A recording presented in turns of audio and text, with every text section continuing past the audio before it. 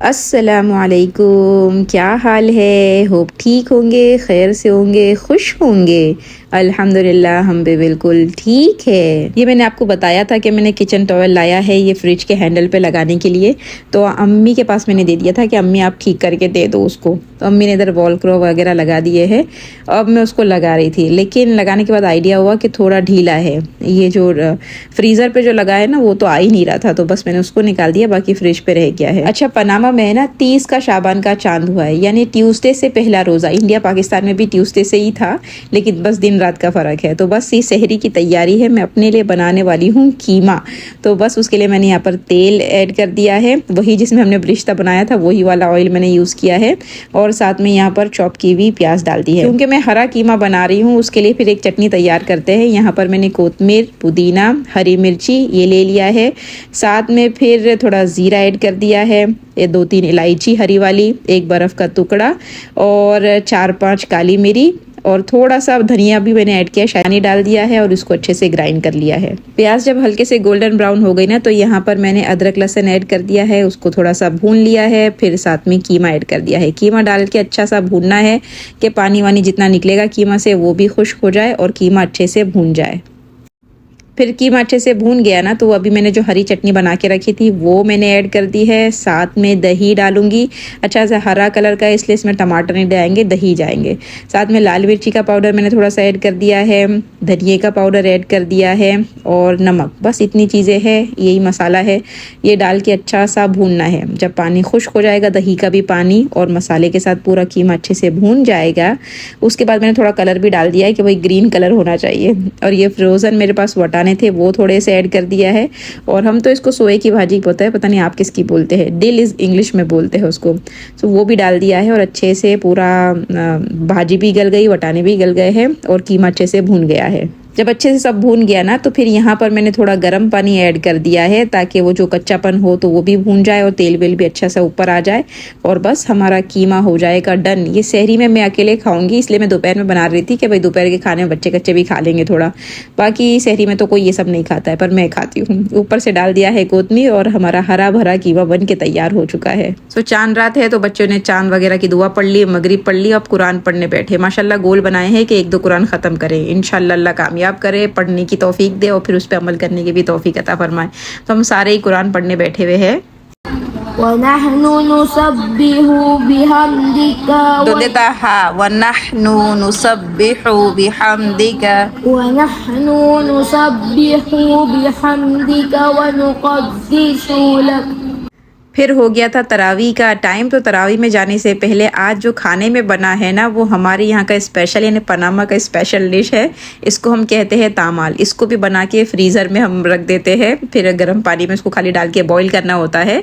तो बस बच्चों ने कहा आज ये रात में खाएंगे, वैसे भी मैंने कुछ बनाया नहीं था। तो ये स्पेशल इसीलिए बनाया जाता है कि रमज़ान में अगर कभी रात में भूख लग रही है, क्योंकि ईशा के बाद ऐसे खाते नहीं है, लेकिन अगर कभी भूख लगी तो हम ये झटपट बना के खा सकते हैं। यानी ये खाना है कोई तलन वलन नहीं है, तो बड़ा अच्छा सा होता है। अच्छा, ये होता क्या है, ये जो बुट्ठे होते हैं ना, बुट्ठे को पीस के ये सब बनाया जाता है। मैंने इसकी रेसिपी रिकॉर्ड भी की थी, लेकिन फिर सोचा आप लोग की किस काम की अगर आप कभी बोलोगे इंशाल्लाह तो फिर शेयर कर देंगे। पनामा में है ना बुट्ठे काफ़ी ज़्यादा होते हैं, इस वजह से हर चीज़ में बुट्ठे डलते भी है और उसकी वैरायटी भी काफ़ी बनाई जाती है।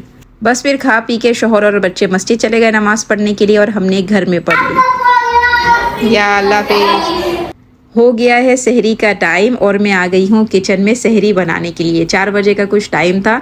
देखिए ना, कभी हम इतने बजे का किचन में आके काम करना बहुत भारी काम है, लेकिन रमज़ान में हर लेडी कर रही होती है। वो अल्लाह कैसे हिम्मत ताकत दे दिया होता है। अच्छा, आज बच्चे पता नहीं क्यों बोले हैं कि अंडे पराठे खाएंगे, हालांकि हमारे घर में सहरी में कोई अंडा खाता नहीं है। मैंने तो अपनी लाइफ में कभी सहरी में अंडा नहीं खाई हूँ लेकिन बच्चे बोले, मैंने कहा चलो ट्राई करके देख लो, अगर उनको शौक आ रहा है तो। बस मैंने यहाँ पर एक तरफ चाय चढ़ा दिया है, एक तरफ वो हमारे फ्रोज़न पराठे वो रखेंगे और फिर एक तरफ अंडे तलते हैं और साथ में आप लोग से थोड़ी बात भी करेंगे। जैसे मैंने लास्ट ब्लॉग में बताया था कि भाई कुरान को थोड़ा समझने की कोशिश करना चाहिए और अगर मुझको कोई आयत समझ में आएगी तो मैं ज़रूर आपसे शेयर करूँगी। तो मैं पहले पारे पढ़ रही थी, उसमें हम सबको पता है कि आदम अलैहिस्सलाम और इब्लीस का वाक़या नकल किया गया है। और जब अल्लाह ताला ने फ़रिश्तों को कहा कि भाई आदम को सजदा करो, तो फिर सारे फ़रिश्ते सजदे में चले गए, लेकिन फिर इब्लीस नहीं गया और उसने क्या कहा था कि अना खैरुम मिन्हु, अना એટલે मैं, खैरुम अच्छा हूँ, मिन्हु उससे, मैं उससे अच्छा हूँ। यानी अपने आप को अच्छा समझना अल्लाह की नाफरमानी का सबब बना।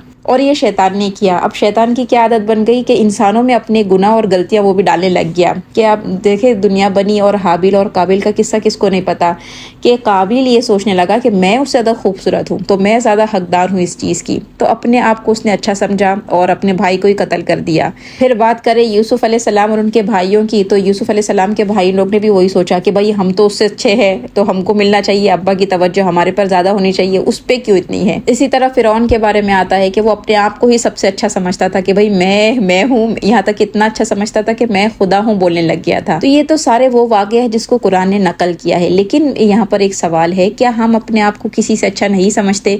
चाहे वो इबादत का मामला ही क्यों ना हो, हम इबादत कर रहे होंगे, सामने वाला नहीं कर रहा होगा तो हम सोचेंगे चलो भाई हम इतनी तो करते हैं, हम नमाज तो पढ़ लेते हैं, हम पर्दा तो कर लेते हैं, वो तो इतना भी नहीं करती, हम तो ये कर लेते।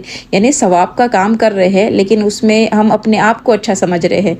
और तारीख उस चीज़ की गवाह है कि जब जो कोई अपने आप को किसी और से अच्छा समझता है ना, तो फिर उसका अंजाम क्या होता है। तो अपने आप को है ना भाई अच्छा समझना छोड़ दे किसी और से। जो है अल्हम्दुलिल्लाह अल्लाह का शुक्र करे, लेकिन किसी से कंपेयर करके ये नहीं बोले, किसी को हकीर नज़र से नहीं देखे, वरना अल्लाह तो वो ज़ात है कि अगर माफ़ करने पर आता है तो फिर जानियों को माफ़ कर देता है, फिर शराबियों को माफ़ कर देता है। वो माफ़ करना चाहे तो फिर किसी की पकड़ नहीं है, वो उससे कोई पूछने वाला नहीं है कि आपने क्यों माफ़ कर दिया। उसूल तो ये है जो अल्लाह ने बताया है, लेकिन अगर वो करना चाहे तो फिर किसका थोड़ी कोई हक बन रहा है कि उससे सवाल करे कि अल्लाह आपने ऐसा क्यों किया। तो इंशाल्लाह हम कोशिश करेंगे कि अपने आप को हम अच्छा समझना छोड़ देंगे। भाई हम सब एक ही जैसे, हम सबसे गलतियां होती है, बस फ़र्क इतना है कि आपसे कुछ अलग गलती हुई है, मुझसे कुछ अलग गलती हुई है, वरना हम सब गलतियों के पुतले हैं। तो अल्लाह का शुक्र सहरी पूरी डन हो चुकी। वो जो सिर्फ चाय बात की थी वो हमने अपनी नवी केतली में निकाल लिया, फिर लाए हैं तो उसको यूज़ भी तो थोड़ा करेंगे, रखने के लिए थोड़ी लाए हैं। तो अल्लाह का शुक्र। यहाँ पर देखे नाश्ते में बच्चों ने, मैंने बताया कि अंडा बोले थे वो बनाई है, कॉर्नफ्लेक्स है, केला है और मलाई है। मेरे शोहर मलाई और केला खाते हैं और मैं तो अपने तो कीमा लिए है और साथ में पराठा। बस ये थी हमारी सहरी। अच्छा, सहरी के बाद जितने भी बर्तन निकले हैं ना, मैं उसको फ़ौरन ही धो लेती हूँ, बाद में धोना तो भाई मुझको तो बड़ा कंटाल आता है। और वैसे भी अल्हम्दुलिल्लाह आदत है कि जैसे जैसे बर्तन निकलते जाते हैं वैसे, चाहे फिर वो सहरी हो, अफ्तारी हो या नॉर्मल कोई भी, अगर ज़्यादा कुकिंग कर रहे हो, कम कुकिंग कर रहे हो, तो ये कभी भी मतलब इसमें बर्तन पड़े हुए नहीं रहते। अल्लाह का शुक्र है थोड़ी ऐसी वाली आदतें पर है, क्योंकि अभी थोड़ी देर में हनाना का लंच बॉक्स बनाने के लिए फिर से किचन में आना है। तो जब आके फिर करना है, इससे अच्छा है, बेहतर है कि अभी करके चले जाओ, ताकि जब हम वापस से किचन में आए तो एक साफ़ सुथरा किचन हमारा इस्तेकबाल कर रहा हो। देखिए सहरी में इतना कचरा निकल गया, कचरों की और बर्तन की और कपड़े की, ये सब की माशाल्लाह बड़ी बरकत होती है हम सब के घरों में, और रमज़ान में तो उसकी क्वांटिटी और ज़्यादा ही बढ़ जाती है।